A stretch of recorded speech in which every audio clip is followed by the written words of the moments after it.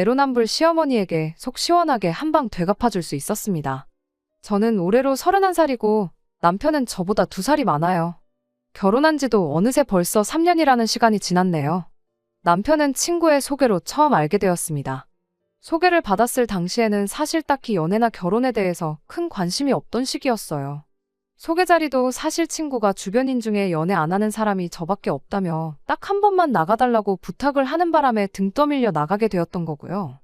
친구 얼굴을 봐서 나갔던 터라 애프터 생각도 딱히 없었는데 첫 만남 이후로 남편이 집요하게 연락을 해왔고 그렇게 3번을 더 만나면서 저도 남편이란 사람에 호감이 생겨서 연애를 시작하게 되었죠. 연애 시작하고 얼마 지나지 않았는데 문득 내가 결혼을 하게 된다면 이 사람이랑 하겠구나 하는 확신이 들었던 적이 있었어요. 그렇게 연애 초반에 결혼 이야기를 제가 먼저 꺼내게 되었고요. 연애하자고 매달렸던 건 남편인데 결혼 이야기는 제가 먼저 시작한 거죠. 그리고 연애 시작한 지 8개월이 지났을 때 저희는 양가 어른들과 지인들의 축복 속에 결혼식을 올리고 있었네요. 저랑 남편 나이를 생각해보면 결혼도 꽤나 일찍 한 편이고 연애 기간도 짧은 기간에 속합니다. 결혼은 반반 결혼을 했어요. 남편이 그동안 회사 다니며 모아놓았던 돈 6천만 원을 가져왔고 저는 제가 모은 돈 3,500에 모자란 만큼은 친정부모님께 도움을 받아 정확하게 반씩 부담했습니다.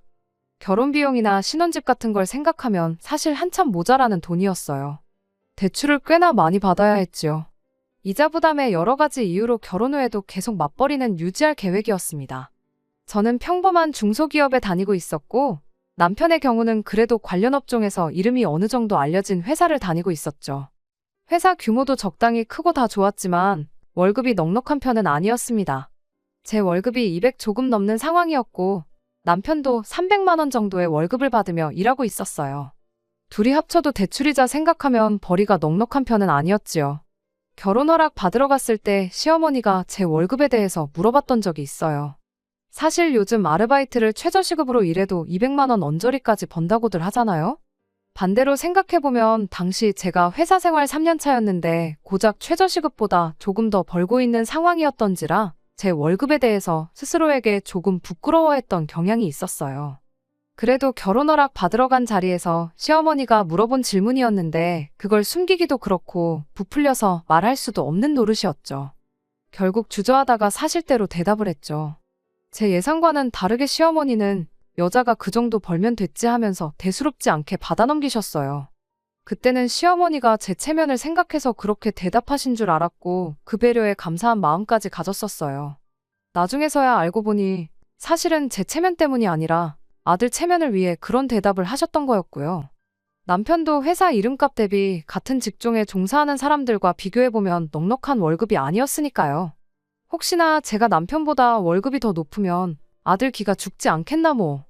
그렇게 생각하셨던 것 같고 그래서 제 월급을 듣자마자 그 정도 벌면 충분하다고 하셨던 것 같습니다. 비록 둘이 합쳐 500만 원 조금 넘는 월급이었지만 그래도 맞벌이 유지하면서 생활비 내고 이자 갚고 하면서 어느 정도 저축도 할 수 있는 상황이었어요. 그래서 원래 계획대로였다면 작년부터 자녀 계획을 시작해서 올해는 좋은 소식도 기다려 볼 법했는데 안 그래도 안 좋은 주머니 사정이었는데 생각지도 못한 악재가 겹치는 바람에 어쩔 수 없이 자녀 계획을 뒤로 미루는 결정을 내리게 되었습니다. 제가 회사를 잠깐 쉬어야 하는 상황이 생기게 되면서 결국엔 실직을 하게 되었거든요. 오늘 제 이야기를 하려면 이때의 이야기를 안 할 수가 없어요.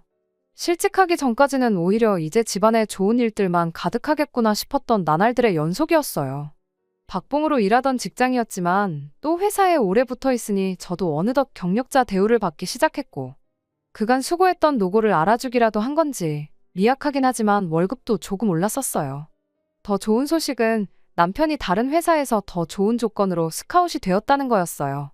관리자급 대우로 이직을 하게 되었던 터라 새로운 회사에서 남편에게 이직하기 전 한 가지 제시한 조건이 있었는데 업무와 관련된 자격증을 취득해오라는 것이었습니다. 하지만 남편이 다니던 회사에서 이직 사실을 알게 되면서 남편한테 이유도 없이 야근을 시키거나 하는 식으로 못살게 굴기 시작했어요. 공부할 시간이 모자라다 보니 결국 남편은 퇴사를 결정했고요. 회사 다니면서 반년 정도 공부해 자격증을 취득하는 쪽으로 계획을 세웠었는데 퇴사를 하면서 그 기간을 3개월로 줄이겠다고 내린 결정이었습니다. 안 그래도 모자란 형편에 3달가량 남편이 월급을 가져오지 못하는 게 저희 가계부에 꽤나 큰 타격이긴 했지만 당장 이직을 하는 게 최우선적인 목표였다 보니 어쩔 수 없는 상황이었어요. 그러던 와중에 친정부모님께서 사고를 당하셨어요. 여름휴가 다녀오고 올라오는 길에 고속도로에서 교통사고가 크게 났었습니다. 다행히 목숨에는 지장이 없었지만 두 분 다 크게 다치셨어요. 1달 가까이 병원에 입원해 계셔야 했고 퇴원 후에도 한동안은 쭉 병원에 통원 치료를 다녀야 했습니다. 두 분 다 팔다리 쓰기가 힘든 상황이었기에 곁에서 간병을 해줄 사람이 필요했습니다. 고맙게도 남편이 자기가 두 분 간병을 하겠다고 자처해줬어요. 어차피 시험 공부 때문에 책상 하나만 있으면 되는 거 아니겠냐고 하면서요. 통원 치료를 위해 병원 모셔다 드리는 게 매일같이 가는 것도 아니니 친정집에 머물면서 두 분 필요할 때 수발 들어주고 나머지 시간에 공부를 하겠다는 계획이었습니다. 시험까지도 시간이 어느 정도 남아있었고 만에 하나 회사에 다시 출근하게 된 이후에도 장인 장모님 간병해줄 사람이 필요하면 그때 가서 간병해줄 사람을 구하면 되는 거 아니겠냐고요. 그런데 이 사실을 알게 된 시어머니가 그게 가당키나 한 일이냐며 반대를 하고 나섰습니다. 이러다 남편이 자격증 시험에라도 미끄러져서 이직도 못하게 되는 거 아니냐고 하면서요. 솔직히 저도 그 부분은 아예 생각을 안 해본 게 아닙니다. 똑같이 걱정도 됐고요. 하지만 남편이 그렇게 하면서 시험 준비해도 어려울 것 없고 그거 잠깐 도와드린다고 못 붙을 시험이었으면 시작도 안 했다며 걱정 마시라고 못을 박더라고요. 하지만 남편의 해명에도 시어머니는 이 상황을 끝까지 탐탁치 않아 하셨어요. 급기야는 저한테 따로 전화까지 하셔서는 내 눈에 흙이 들어가도 내 아들이 너네 부모 간병하는 꼴은 못 본다는 말까지 하더군요. 영 끊고 살 자신 있으면 어디 한번 니네 집에 내 아들 한번 보내보라는 소리도 서슴지 않으셨고요. 강경한 시어머니 태도에 저는 남편에게 이 사실을 전했고 남편이 다시 시어머니와 이야기해보겠다고 했습니다. 하지만 오히려 역효과가 났어요. 시어머니는 저에게 이젠 하다못해 고자질까지 하냐면서 내 아들한테 할 소리였으면 너한테 전화를 했겠냐며 더 노발대발하셨어요. 결국 저도 남편도 시어머니의 고집을 꺾을 수 없었습니다. 남편은 저에게 걱정 말라고 자기가 했던 약속은 지키는 사람이라며 알아서 해결하겠다는 말을 해왔어요. 친정부모님 퇴원날 맞춰서 남편이 짐 챙겨서 친정으로 향했고요. 모든 게 다 잘 해결되었으니 걱정 붙들어 매라고 하면서 말이에요. 저는 그 말을 철석같이 믿었는데 사실은 전혀 해결된 게 아니었습니다. 남편이 시어머니한테는 말로만 간병 안 하겠다는 식으로 둘러대기만 했던 거였어요. 그때그때 시어머니한테 가끔 걸려오는 전화만 넘기면 되겠다고 생각했었나 본데? 문제는 저희 시어머니가 그렇게 호락호락한 사람이 아니었다는 거예요. 남편이 자기 어머니를 과소평가했던 거였죠. 남편 전화를 받고 시어머니가 바로 그 다음날 저희 집에 아예 짐을 싸들고 찾아오셨거든요. 퇴근하고 집에 도착한 제가 현관문 앞에서 무표정으로 저를 노려보고 있는 시어머니를 마주했을 때 정말 너무 놀라서 심장이 철렁하고 내려앉는 느낌이었습니다. 남편은 친정에 있는 동안 공부한다는 핑계로 시어머니 전화를 계속 무시하고 있었던 상황이었던 터라 시어머니가 설마 집에까지 찾아오셨을 거라고는 상상도 못했었고요. 시어머니는 당장에라도 제 머리채를 잡을 기세로 다가오더니 저보고 빨랑 앞장서라고 니네 친정에 내 아들이 가 있는지 아닌지 두 눈으로 똑똑히 확인을 해야겠다 하시는데 시어머니가 제 곁에 바싹 붙어있던 터라 남편한테 그 어떤 신호도 줄 수 없었고 결국 그렇게 시어머니 모시고 친정집에 도착하게 되었습니다. 이유는 안 봐도 뻔하겠죠. 아주 친정집이 난장판이 되었어요. 시어머니는 아직 뼈도 제대로 안 붙어 거동도 불편한 저희 친정부모님께 할 말 못할 말 가리지 않고 따따따 쏘아붙이기 시작했습니다. 사돈은 모아놓은 돈이 얼마나 없길래 그 구하기 쉬운 간병인 하나도 못 구해서 남의 아들을 부려먹느냐. 자식이 없는 것도 아니면서 부려먹을 거면 이 집 자식을 부려먹어야지 왜 귀한 남의 집 자식한테 간병을 받느냐 하면서 저희 친정부모님한테 화를 내더군요. 친정부모님은 이런 비하인드 스토리를 모르셨으니 난데없는 시어머니의 등장에 엄청 당황을 하셔서 제대로 대답도 못했어요. 남편이 어찌어찌 시어머니를 집 밖까지 끌고 나가서 그만 좀 하시라고 이를 키운 건 난데 왜 장인 장모님께 그러냐며 한 소리 했지만 시어머니는 현관문 너머 저랑 저희 친정부모님 들으라는 듯이 언성을 더 높이면서 아주 난리법석을 떨어댔습니다. 아무튼 그날은 어찌어찌 넘어가긴 했는데 문제는 그 이후였어요. 친정에서는 이런 어이없는 경우에도 불구하고 시어머니한테 먼저 사과부터 하셨습니다. 자초지종을 몰랐으니 사위의 호의가 고마울 따름이었고 애초 계획한 대로 간병인을 구할 테니 노여움 푸시라고요. 그런데 시어머니가 간병인도 쓰지 말라며 고집을 부리기 시작했습니다.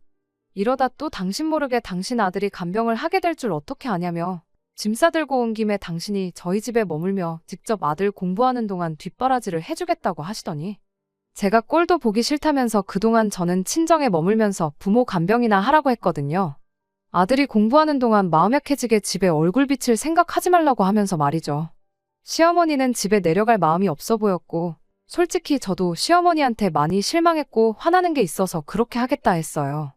시어머니랑 남편이 집에 돌아가는 길에 남편이 저에게 눈빛으로 미안하다 사과를 하기는 했지만 그거 가지고는 풀릴 감정은 절대 아니었습니다. 친정부모님이 저한테 너까지 일을 안 하면 집에 수입이 없지 않느냐며 간병인 쓸 테니까 그럼 그동안 친정에서 지내면서 출퇴근을 하라고 하셨지만 제가 괜찮다고 직접 간병하겠다고 했습니다. 사실 그때까지만 해도 제가 회사에서 잘리게 될 줄은 몰랐거든요. 월급이 오르면서 당시 회사 사장이 장기 근속한 사람들은 특별 대우를 해줘야 한고 하면서 무급이긴 하지만 한두 달 정도 긴 휴가를 허락해주겠다는 말이 있었거든요. 원래는 이걸 나중에 아이가 생겨서 아이 태어났을 때 쓰겠다고 아껴두려고 했지만 상황이 그렇다 보니 어쩔 수 없이 미리 써버렸습니다. 그렇게 친정부모님 간병은 제가 하게 되었는데 세상에 한 달도 지나지 않아서 회사에서 청천벽력 같은 연락을 받게 되었습니다. 제가 하던 일에는 새 직원을 뽑았고 제 자리도 치웠으니까 쉬고 싶은가 본데 이번 기회에 한번 푹 쉬라는 말도 안 되는 해고 통보를 받았거든요. 그날 당장에 회사까지 찾아가 사장한테 먼저 괜찮다고 하지 않았느냐 따지기도 하고 죄송하다 빌기도 해봤는데 소용없었습니다. 장기 휴가를 쓰란다고 진짜 쓰는 사람이 어디 있냐며 회사에 대한 열정이 부족한 사람을 직원으로 둘 생각 없다고 뻔뻔하게 나오는데 거기서 제가 무슨 말을 더 해봐야 쇠귀의 경일기였습니다. 그렇게 저는 실직자 신세가 되었습니다. 친정부모님은 당신들이 괜히 사고에 휘말리는 바람에 제가 이렇게 됐다며 당신 탓을 하셨어요. 남편도 자기가 일 처리를 똑바로 못해서 일이 커졌다며 자책을 했고요.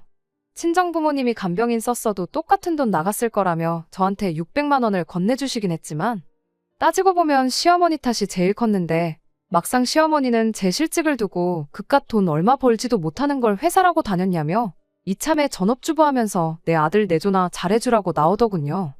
하고 싶은 말이 잔뜩 있었지만 다 참았습니다. 그나마 다행이었던 건 어느덧 친정부모님도 제 도움이 필요 없어지셨고 남편도 다시 출근을 하게 되었다는 사실이었어요. 이직 조건도 좋아서 월급도 300만 원에서 400만 원으로 오르긴 했지만 암만 제 월급이 최저시급 정도밖에 안 되는 박봉이라 할지라도 둘이 벌어서 501대랑 비교하면 오히려 벌이가 줄어드는 거잖아요. 대출도 대출이지만 저금도 액수를 크게 하고 있었는데 여유가 오히려 더 없어졌습니다. 저도 새로운 직장을 구하겠다고 가만히 보고만 있지는 않았지만 몸담았던 직장이 별 볼 일 없는 회사였던 데다가 제 나이도 있다 보니 새 직장을 구하는 게 보통 힘든 일이 아니더라고요. 그렇게 1년 정도 아르바이트와 취직 준비를 병행하며 노력했지만 결국 취직이 되지는 않았습니다. 결국 취업을 포기하고 전업주부 생활을 하기로 했어요. 어쨌든 결혼하면서 저희가 세워놓았던 인생 계획도 있었고 남편도 결혼 3년 차가 되니까 예정했던 대로 아이를 갖고 싶은 마음이 더 컸나 보더라고요. 새로 취직이 되면 되는 거고 아니면 아닌 거니 조급해하지 말고 천천히 새로 계획을 세워보자고 저를 다독여줬습니다. 시어머니 한 번에 고집에 꼬일 대로 꼬여버린 인생 계획이었지만 그래도 남편이 언제나 최선을 다했고 저한테도 이토록 잘했기에 우리 둘만 힘을 낸다면 앞으로 다 잘 풀릴 거라 생각했어요. 시어머니하고는 그날 사건 이후로 개인적으로 서로 전화는커녕 얼굴도 안 보는 사이가 되었던 터라 고부간의 갈등 문제는 크게 걱정이 되지 않았습니다. 지난 시간 동안 시댁에 일이 있으면 남편 혼자 다녀오는 식으로 지내고 있었고 저도 언젠가부터는 시어머니라는 존재를 잊고 지냈었는데 최근 언젠가부터 시어머니한테 매일같이 전화가 오기 시작했습니다. 1년이 넘는 시간 동안 연락 한 통 없이 지냈고 남편한테도 저를 괘씸한 며느리라 칭하며 평생 둘이서 서로 얼굴은 볼 일 없을 거라 호언장담하셨던 분이 이렇게 매일같이 연락을 해오니 솔직히 다른 속내가 있는 건 아닌가 하는 의심도 들었어요. 걸려오는 전화를 계속 무시만 하고 있다가 혹시나 싶어 남편한테 뭐 알고 있는 거 있느냐고 물어봤는데 남편도 전혀 감도 안 잡힌다며 모르겠다고 하더라고요. 조만간 시댁 찾아가 무슨 일인가 물어보겠다고 하길래 그러라고 했죠. 그러다 얼마 뒤에 남편이 생각지도 못한 소식을 가지고 왔습니다. 시어머니가 그동안 저한테 너무 미안했고 그때 일을 사과하고 싶다고 저한테 계속해서 연락을 했던 거라 하는 거예요. 놀랍기도 했지만 솔직히 그때까지도 별 믿음이 가지는 않았습니다. 제가 연락을 피하긴 했지만 전화만 안 받았을 뿐. 문자를 보낸다던가 직접 찾아온다던가 하는 식으로 다른 연락을 취하는 길도 있었을 테고. 아니면 제가 몇 주 동안 걸려오는 연락을 다 무시하고 있을 때 아들인 남편한테 저랑 중간다리를 놔달라던가 하는 식으로 말을 꺼냈으면 일이 더 빨랐을 텐데 말이에요. 사실 시어머니랑 풀고 싶은 마음은 없었지만 또 남편이 이렇게 기쁘게 소식을 전해오는데 그걸 무시할 수는 없겠더라고요. 아무래도 어머니와 아내 사이에 껴있었으니 남편 속이 속이 아니었겠죠. 자식 입장에서 며느리인 제가 먼저 숙이고 들어갔으면 하는 바람도 있었을 텐데 저한테 그런 식의 강요는커녕 그 어떤 뉘앙스조차 보이지 않았던 사람이에요. 그런 남편이 뛸 듯이 기뻐하며 이제 시어머니랑 풀 수 있을 것 같다고 좋아하는데 그걸 보고 싫다고 거절할 수 없겠더라고요. 그래서 얼마 뒤 나를 잡아서 남편하고 시댁에 찾아갔습니다. 예전처럼 제가 시어머니를 좋은 분이라 생각하고 기대에 부응하기 위해 노력하는 그런 고부관계는 물 건너갔지만 형식적으로나마 남들 하는 만큼은 하고 살겠구나 하고 찾아간 건데 그런 저와 남편의 기대는 시댁에 도착한 지 단 30분도 지나지 않아서 산산조각이 나버리고 말았습니다. 처음에는 마음에도 없어 보이는 제 안부랑 친정부모님 안부를 묻기 시작했어요. 원래도 살가운 관계가 아니었다 보니 그나마 그 이야기가 끝나니 5분도 안 돼서 대화할 거리가 떨어지고 말았죠. 어색한 표정만 주고받으며 침묵을 유지하고 있었는데 시어머니도 이게 뭐라고 더 길게 끌게 뭐 있나 싶었는지 곧바로 본론을 꺼내더군요. 시어머니가 원래도 계속 무릎 쪽이 안 좋았는데 얼마 전에 실족을 하면서 크게 넘어지는 바람에 안 좋았던 무릎이 더 안 좋아졌나 보더라고요. 이참에 회복하면서 인공관절 수술을 받아야겠다는 계획을 세웠나 본데 수술을 받으면 한 3주에서 한 달 정도는 입원이 필수라고 합니다. 거기에 병원에서 수발 들어줄 간병인이 필요한 상황이었고 퇴원하고 나서도 한동안은 보조기구가 없으면 거동도 불편한 상황이라 그때도 곁에서 당신을 도와줄 사람이 필요했던 거예요. 저랑 풀고 싶어서 저를 찾은 게 아니고 그걸 저한테 시킬 계획으로 저를 찾았던 거죠. 말로는 화해하자고 이참에 매일같이 붙어 지내다 보면 자연스럽게 관계가 회복되지 않겠냐고 하면서 대놓고 병수발을 강요하더라고요. 하지만 제가 좋은 대답을 할 리가 만무했죠. 저도 한때는 무조건 시어머니 탓만 하지 말자고 생각했던 적도 있었습니다. 100번 양보해서 시어머니 말도 일리가 있다. 남편이 자처해서 친정부모님을 간병하겠다 나섰지만 결국 따지고 보면 시어머니 말대로 제가 남편한테 대리효도를 시킨 거였다. 무조건 시어머니만 탓할 게 아니다. 이렇게 말이죠.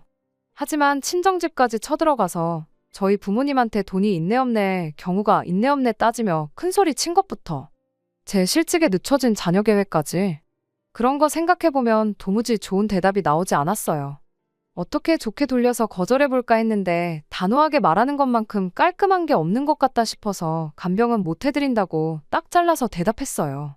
조금만 생각해봐도 제가 시어머니 간병 요청을 거절할 건덕지밖에 없는데 시어머니는 제가 거절하고 나오는 걸 전혀 예상도 못했나 봐요.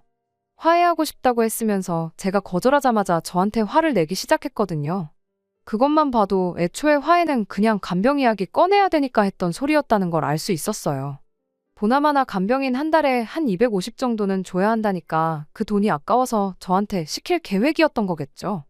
아니나 다를까 곧바로 돈 이야기부터 꺼내더군요. 어차피 너 내 아들이 뼈 빠지게 벌어온 돈 축내면서 집에서 놀고 먹고 있지 않냐고 하면서 요 근래 일도 안 하고 내 아들 밑에 빌부터 산 밥값 내는 셈 치는 거라 생각하라면서 묻지도 따지지도 말고 당신 간병을 하라고 하는데 옆에서 이 상황을 지켜보던 남편이 꽉 쥐고 있던 두 주먹을 바들바들 떨면서 시어머니한테 크게 한 소리를 하기 시작했습니다. 지금 내가 외벌이를 하고 있는 게 누구 탓인데 그런 소리를 하시냐면서요. 그리고 제 속에는 쌓여만 있던 말이었는데 남편이 시어머니가 친정집 쳐들어와서 저희 부모님한테 했던 말을 그대로 읊어주기 시작했어요. 어머니는 모아놓은 돈이 얼마나 없길래 남의 집 자식한테 간병을 시키느냐고 부탁할 거면 어머니 말대로 이 집 자식인 나한테 하는 게 맞는 거 아니냐고 하면서요. 시어머니가 대번에 너는 돈 벌어오잖니 하면서 말을 꺼내는데 말 끝나기가 무섭게 남편이 그때도 집사람이 혼자 돈 벌어오던 상황이었던 거 알고 계셨지 않느냐고 하더니 더 듣기 싫다고 간병인 쓰시고 돈 없어서 그러는 거면 알아서 하시라고. 내 배우자를 가족 대우는커녕 식모만도 못한 취급을 하시는데 어머니가 나한테 부탁해도 간병해드릴 생각 없다고 딱 말을 자르대요. 저보고 그만 가자고 저를 데리고 일어나면서 진심으로 사과하실 생각 없으면 앞으로 나한테도 연락하지 마시라 하고는 현관문 밖을 나섰습니다.